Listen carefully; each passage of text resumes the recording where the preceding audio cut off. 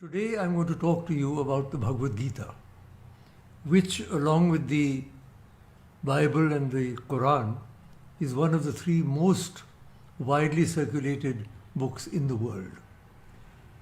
We have a huge scriptural background with the Vedas, the Brahmanas, and the Upanishads, about which I have talked separately. And then, after those three categories, we come down to what is known as Smriti, which are theological derivatives from the Vedas, but which are also important. They include the Puranas, the Itihasas, the Ramayana, and the Mahabharata. Now, in this huge mass of literature that we have, there is one small text, only 700 shlokas, which stands out. And that is set in the Mahabharata, that is the Bhagavad Gita. Now, first of all, we have to understand why the Bhagavad Gita is so important. I think there are 4 points that I'd like to place before you as to why the Bhagavad Gita has attained this importance. The first is, the Bhagavad Gita is a scripture of conflict. And we are all now in a conflictual situation. The Upanishads are entirely different. The setting there is a quiet ashrama or on the banks of a river where there's the Acharya sits and the students sit and they talk with each other on the great problems of life and death and the meaning of existence. That is one setting. But the Gita is in a conflictual setting. The war is almost begun. The conches have already been blown, and the two armies are standing against each other in the battlefield. And it is at that juncture that the Gita comes. Now, it's very interesting because very few scriptural texts are found in that sort of a situation. And I think that is why one of the reasons why the Gita is so important. Because we are all in a conflictual situation. We are not sitting in ashramas. We are not sitting in quiet, soothing places. We are in the midst of life. And remember, Kurukshetra is not only a plain in Haryana, Kurukshetra is within each one of us. And each one of us is facing a battle in our own lives. And therefore, because the Gita is a scripture of conflict, I think it attains a very special importance. The second reason for the importance of the Gita is the unique personality of the teacher in the Gita. Every text in our tradition has a guru and has somebody, one or more disciples. Now, we have great gurus in the Upanishads. We have Yajnavalkya, we have Angirasa, we have Shvetashvatara, great rishis, great seers.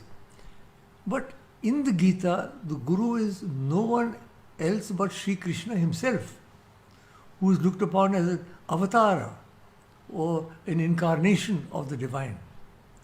And therefore, he is not like any other guru who is just a normal, realized human being. He is a divine personality.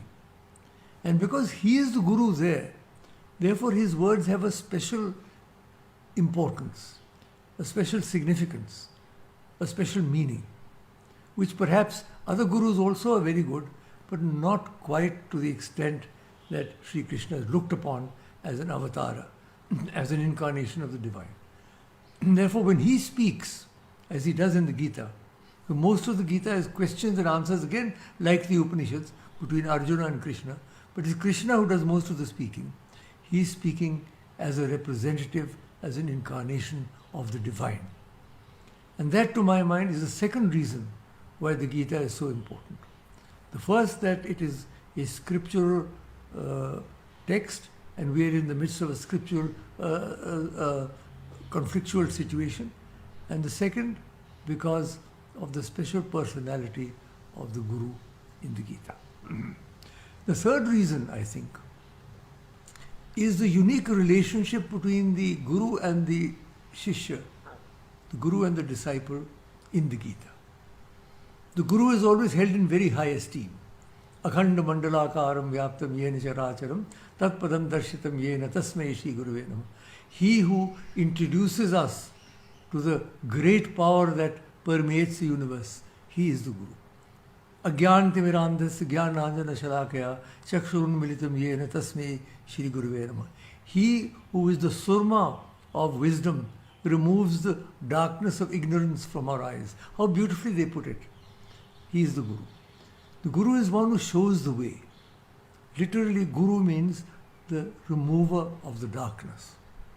And therefore, the Guru is supposed to show the disciple which is the way to go. He doesn't travel in place of the disciple. He simply shows the disciple which is the way to go. Now, therefore, the relationship between the Guru and the Shishya is a very close one.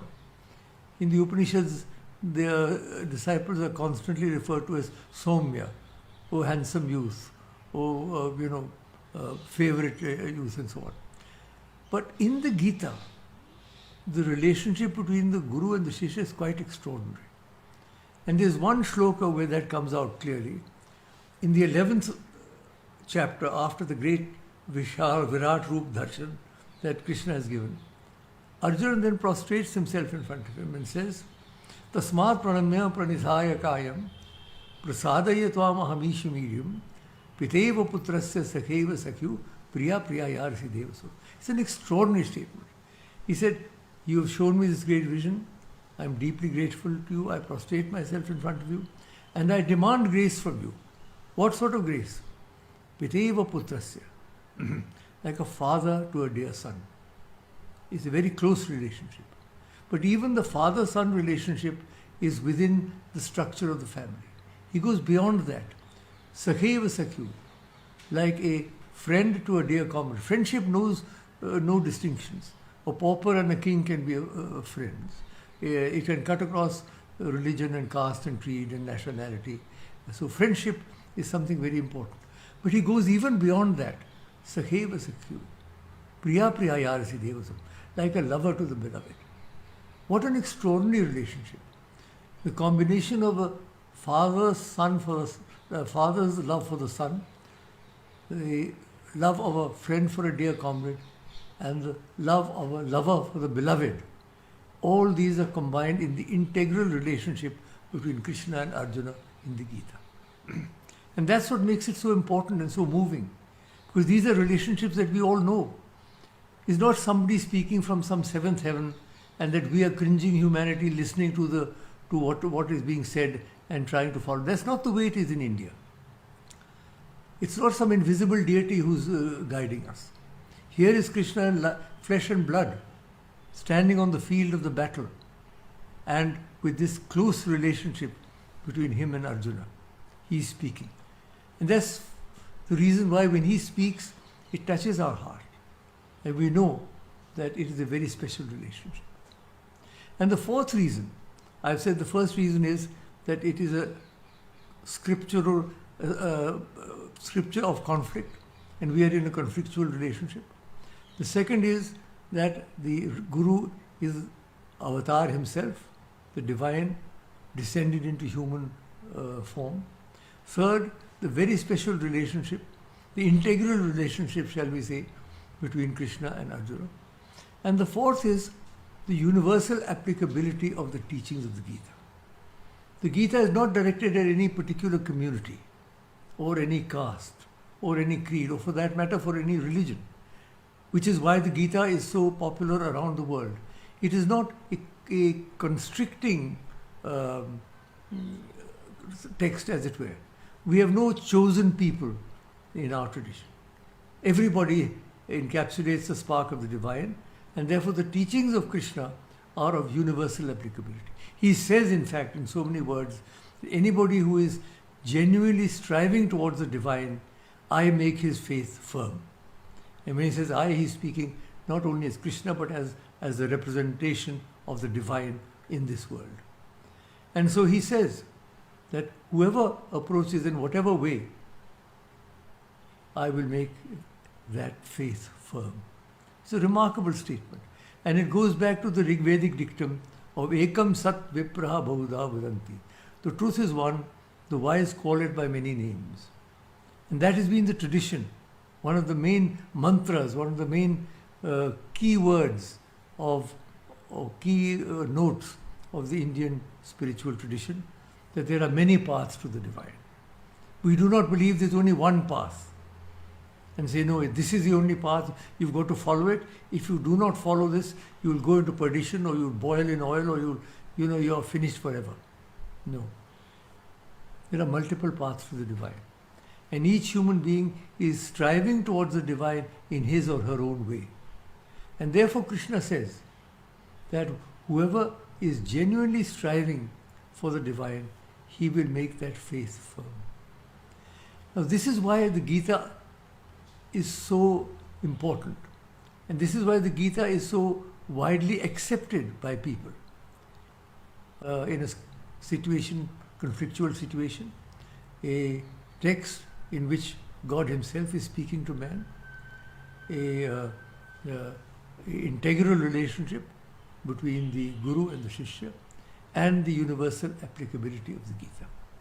Taken together, these four aspects of the Gita help us to understand why in this huge ocean of literature that we have in our scriptures, why this one text has become so extremely popular and so important.